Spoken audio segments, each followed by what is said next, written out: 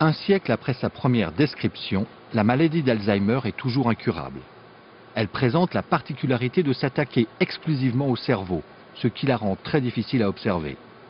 Environ 50 000 scientifiques à travers le monde essaient de percer ces mystères. Tous les 2 ans, un congrès international attire des milliers de chercheurs qui luttent contre la maladie d'Alzheimer. En 2006, il se tenait à Madrid. Le professeur Bruno Dubois avait quitté l'hôpital de la Pitié-Salpêtrière pour y assister. Et ce qu'il faut voir, c'est que vous avez ici aujourd'hui 5000 experts de maladie d'Alzheimer qui sont réunis. Et donc c'est l'occasion de faire le point, de se réunir pour organiser des recherches à venir. Venus des 4 coins du monde, les congressistes représentent de très nombreuses disciplines scientifiques. La langue officielle n'est pas l'espagnol, mais l'anglais. On oublie les frontières et un voyage parfois long. La traditionnelle réception de bienvenue est là pour favoriser les échanges. Ensuite, pendant les 5 jours du congrès, l'ambiance de travail sera très intense. Les scientifiques se réuniront par petits groupes ou en grandes séances plénières pour écouter les communications de leurs confrères. Beaucoup de mots incompréhensibles par le profane seront prononcés au cours des conférences. Les spécialistes présenteront les outils qu'ils utilisent et qui sont bien souvent à la pointe de la technologie. Beaucoup de notions très complexes seront abordées. Si un spectateur non averti venait ici pour chercher à savoir où en est la lutte contre la maladie, il serait probablement perdu dans la multitude des pistes que suivent les chercheurs. Il pourrait toutefois se rendre compte que leurs efforts visent principalement 3 cibles. Essayer de soigner la maladie, parvenir à mieux la diagnostiquer et, si possible, éviter son apparition. Si les chemins qui relient les efforts des chercheurs à une cible donnée sont parfois difficiles à suivre, nous essaierons pourtant d'en découvrir quelques-uns, au risque de n'en explorer que les premiers pas. Et comme c'est souvent le cas lorsqu'il s'agit de science, tout part de l'observation. Dans le cas de la maladie d'Alzheimer, l'organe qu'il faut observer au microscope est bien sûr le cerveau, et cela n'est possible qu'après le décès du patient, lors de ce que l'on appelle un examen post-mortem. Pour comprendre certains des mécanismes de la maladie, il faut aussi observer de nombreux cerveaux de personnes qui n'en ont jamais été atteintes. C'est précisément en procédant par comparaison entre cerveaux sains et malades que les lésions dues à la maladie ont été mises en évidence et que leur progression a été mieux comprise. Les spécialistes de neuropathologie qui pratiquent ces examens conservent précieusement dans des congélateurs ces échantillons qui constituent à leurs yeux un véritable trésor scientifique. C'est une banque de données, sauf que dans la banque de données, on sait ce qu'on entre. Tandis qu'ici, on a sûrement des données qui sont encore cachées, qu'on découvrira un jour, dont on comprendra la valeur peut-être dans quelques années. Ce qu'on a appris, qui est très très intéressant, grâce aux études post-mortem, ce qu'on a appris, c'est que les lésions débutaient relativement tôt dans la vie, puisque à 47 ans, la moitié des sujets décédés ont déjà les lésions de la maladie d'Alzheimer. Donc les lésions débutent tôt, et elles mettent probablement 30-40 ans avant de devenir symptomatiques, avant de s'exprimer, avant que la maladie n'apparaisse. Alors pour nous, c'est très très intéressant, parce que ça veut donc dire qu'il y a des facteurs qui peuvent influencer ce délai d'apparition des symptômes, et que l'on peut jouer sur ces facteurs, c'est-à-dire retarder l'apparition de la maladie, alors même qu'on n'en connaît pas la cause. Les examens réalisés après des autopsies suggèrent donc que presque la moitié des personnes de 50 ans et qui ne souffrent d'aucun trouble sont pourtant déjà porteuses des lésions de la maladie d'Alzheimer. C'est là toute une voie de recherche qui s'ouvre pour comprendre pourquoi certains développeront un jour la maladie et d'autres non. Mais l'étude des cerveaux sous microscope a aussi permis de déterminer précisément de quoi sont faites ces lésions et donc de fournir des pistes pour lutter contre elles. En colorant les échantillons selon différentes techniques, on peut visualiser ces lésions une par une et connaître leur nature chimique. Alors, en fait, c'est 2 types de protéines qui s'accumulent. La première protéine, c'est la protéine Tau, c'est ce que vous voyez à l'écran là. Et donc ça, c'est une accumulation dans la cellule, intracellulaire. Donc vous voyez ici là un neurone, son noyau est caché là. Et en fait, il a accumulé une énorme quantité de protéines Tau, qui apparaît ici en marron. Et on voit que cette accumulation concerne non seulement le corps cellulaire, qui est là, mais aussi les dendrites, qu'on voit partir ici. Et puis la deuxième protéine, elle s'appelle le peptide A-bêta, s'accumule, elle, dans le milieu extracellulaire. Et l'image est un peu différente. C'est la même coupe, hein, mais cette fois on a coloré non plus la protéine tau, mais le peptide A-bêta. À partir de la découverte de ces deux types de lésions, les scientifiques ont partagé leurs efforts. Certains ont choisi d'étudier les dépôts de peptides A-bêta, plus connus sous le nom de plaques séniles. D'autres se sont concentrés sur ce qu'ils ont appelé la dégénérescence neurofibrillaire, causée par les protéines tau. Mais les uns et les autres savent bien que leurs travaux sont complémentaires. La définition neuropathologique de l'Alzheimer, c'est des plaques et de la dégénérescence neurofibrillaire. C'est pas l'un ou l'autre. C'est un fusil à deux coups. Il faut que les deux coups soient tirés pour que la maladie se déclenche. Pendant de nombreuses années, l'effort international de recherche s'est concentré autour des plaques séniles constituées de dépôts amyloïdes. C'est dans cette logique qu'a été proposé un moyen de faire disparaître ces plaques dans l'espoir que la maladie régresserait avec elles. Un essai thérapeutique a été mis en place en octobre 2001. Il a concerné 375 patients en Europe et aux États-Unis. En fait, la découverte est absolument géniale, c'est-à-dire que si on injecte le peptide A-bêta, qui est le constituant des plaques, sous la peau, sous forme de vaccination, ça génère une production d'anticorps qui vont aller jusqu'au cerveau, ce qu'on n'imaginait pas, et qui vont éliminer les plaques. L'essai thérapeutique a montré qu'effectivement, on peut éliminer les plaques par cette approche de vaccination.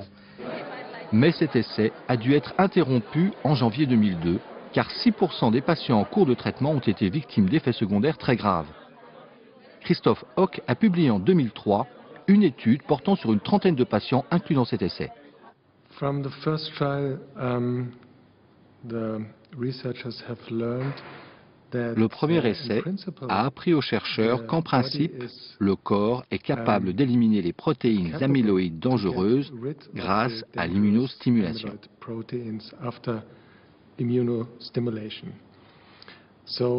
Donc, l'idée de base semble fonctionner.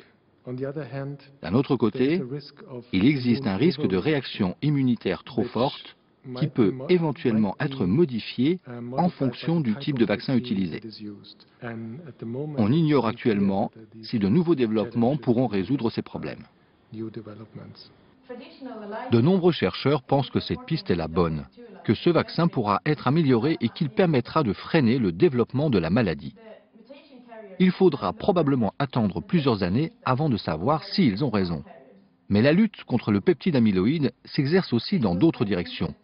Plutôt que d'essayer de l'éliminer alors qu'il s'est déjà déposé dans le cerveau, certains chercheurs proposent de l'empêcher de se former. C'est là un des thèmes de recherche de Frédéric Schekler. Mais encore une fois, le problème est loin d'être simple à résoudre.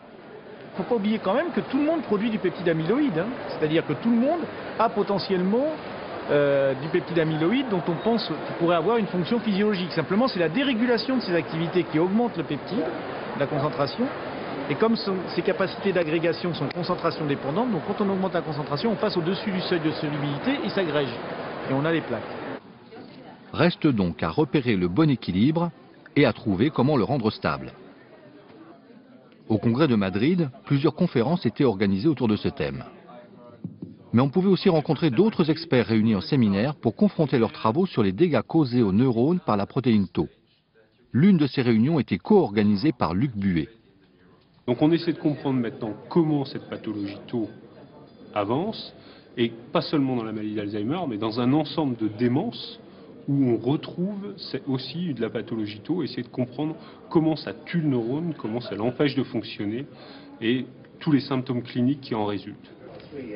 Si le Congrès de Madrid a confirmé la diversité des pistes de recherche contre la maladie d'Alzheimer, il a aussi mis en évidence la montée en puissance de l'imagerie cérébrale au service de cette recherche. 3 techniques principales d'imagerie sont disponibles et chacune fournit des renseignements différents, souvent complémentaires. Leur rôle, toujours plus important, à la fois pour le diagnostic et la recherche, justifie que l'on s'intéresse à elles d'un peu plus près. La scintigraphie utilise 3 capteurs qui tournent autour de la tête du patient. Ils recueillent les signaux envoyés par un produit radioactif qui a été injecté dans le sang de la personne examinée. On appelle ce produit un traceur, car il permet de suivre la circulation du sang dans le cerveau. Les images obtenues montrent les parties du cerveau plus ou moins bien irriguées. Donc ici on voit tourner l'acquisition, la scintigraphie. qu'en fait, on a l'impression que le cerveau tourne, mais c'est la caméra qui a tourné autour du cerveau. Il s'agit là d'un examen couramment pratiqué à l'hôpital de la Pitié-Salpêtrière, mais qui fait aussi l'objet de protocoles de recherche. Aujourd'hui, par exemple, la personne qui subit un examen n'est pas une patiente, mais une volontaire. Car ici encore, c'est par comparaison avec des cerveaux sains que la recherche sur la maladie peut progresser. Alors en fait, on a un traceur qui se fixe proportionnellement au débit sanguin régional, mais il existe un couplage entre le débit, le métabolisme et l'activité neuronale. Donc finalement, au total, ce que ça va refléter, c'est l'activité neuronale. Et dans la maladie d'Alzheimer, il y a certaines régions du cerveau qui fonctionnent moins bien, et on les visualise grâce à cet examen. Donc la scintigraphie cérébrale pourra aider à sélectionner en fait, les patients qui ont une forme très débutante de maladie d'Alzheimer. Mais si ces images permettent de repérer où se trouvent les zones lésées, elles ne montrent pas les lésions elles-mêmes. Il faut alors recourir à un autre type d'examen, au nom tout aussi peu évocateur pour le profane, la tomographie par émission de positons. Elle est pour le moment pratiquée uniquement à titre expérimental. Nous la découvrons au service hospitalier Frédéric Joliot à Orsay, qui dépend du commissariat à l'énergie atomique.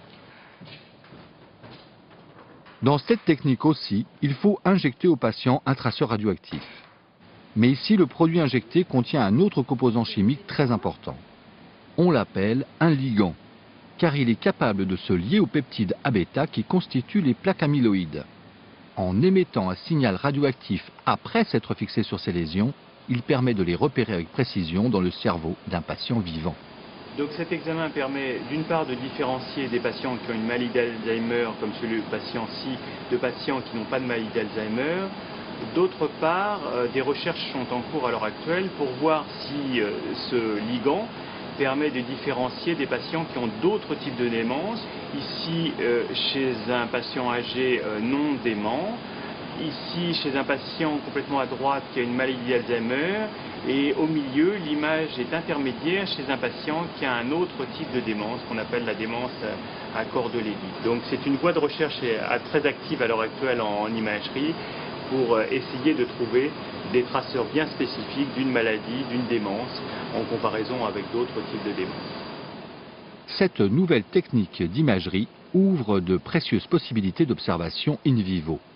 Les chercheurs en attendent de grands bénéfices dans l'aide au diagnostic, mais aussi pour mesurer l'efficacité d'un traitement contre la maladie dès lors qu'il en existera un. Mais elle souffre quand même de quelques limites. Les traceurs radioactifs ont une durée de vie très courte. Il n'est pas toujours possible de les livrer dans un hôpital éloigné de leur lieu de production avant qu'ils n'aient perdu leurs propriétés. Les chimistes travaillent à inventer de nouveaux produits plus performants, et lorsqu'ils en découvrent un, ils doivent commencer par le tester sur un modèle animal avant de l'employer sur des humains. Mais ici encore, la maladie d'Alzheimer présente une particularité qui la rend difficile à étudier. Elle est probablement la seule à n'exister que dans l'espèce humaine. Pour la voir se développer chez des souris de laboratoire, il a fallu créer un modèle animal auquel ont été ajoutés des gènes humains. Ces souris peuvent alors présenter les lésions de la maladie et être observées sous une caméra adaptée à leur taille. Contrairement à des humains, elles sont observées sous anesthésie, ce qui permet d'obtenir des images d'une meilleure définition.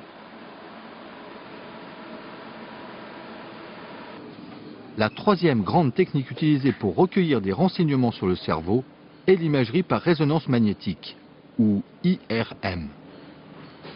Ce type d'examen-là est fait pour nous en routine, c'est-à-dire que c'est un examen qui est fait dans le cadre du bilan d'un patient qui vient dans la consultation de mémoire. Sur cette image, vous avez l'examen annuel d'un patient de 1998 à 2002, où vous retrouvez la région hippocampique, ici, à la pointe de la petite flèche noire. Donc c'est cette petite boule de substance grise qu'on appelle l'hippocampe, avec l'aspect d'atrophie discrète au début.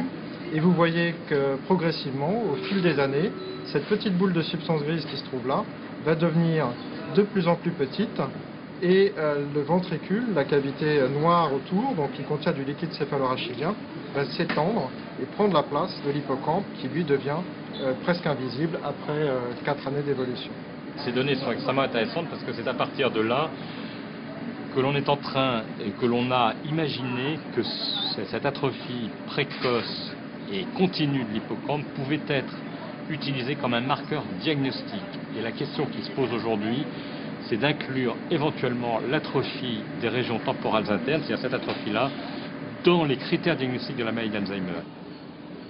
Au-delà de l'observation visuelle, l'IRM permet aussi de réaliser des mesures précises du volume de cette partie du cerveau que la maladie d'Alzheimer touche en premier, l'hippocampe. Un logiciel spécifique a été développé dans ce but à la Salpêtrière dans l'unité du CNRS dirigée par Lynn Garnero. L'application de cet outil pour le diagnostic est en cours de validation. Une vingtaine de kilomètres plus loin, à Saclay, 5 nouvelles unités IRM sont en cours de construction. Elles seront regroupées en un pôle de recherche dédié aux neurosciences qui constitue une première à l'échelle européenne. Certaines des arches de ce bâtiment doivent être équipées de blindages métalliques très épais pour contenir les champs magnétiques produits par d'énormes aimants qui constituent le cœur de ces systèmes d'imagerie. L'utilisation la plus fréquente de l'IRM concerne donc le diagnostic. Mais ces examens sont aussi très utiles dans le cadre des études épidémiologiques les plus récentes. Plusieurs centaines d'entre eux ont été intégrés au programme 3C dont le but principal est de suggérer des stratégies de prévention qui pourraient réduire l'apparition de la maladie d'Alzheimer.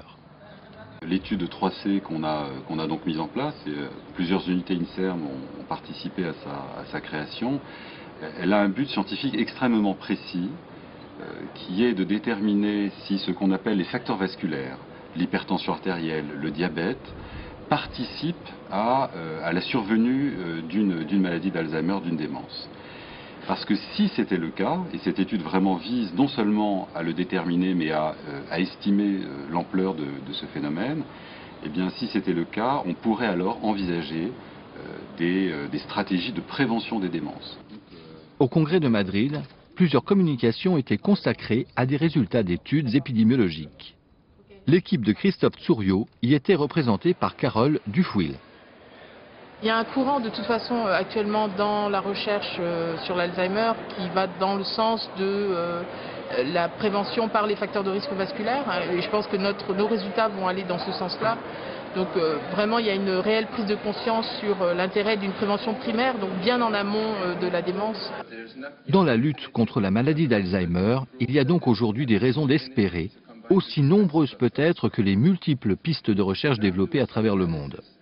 Mais personne actuellement n'est capable de prévoir quand sera disponible un traitement efficace contre la maladie, ni même s'il sera un jour possible de réellement la guérir.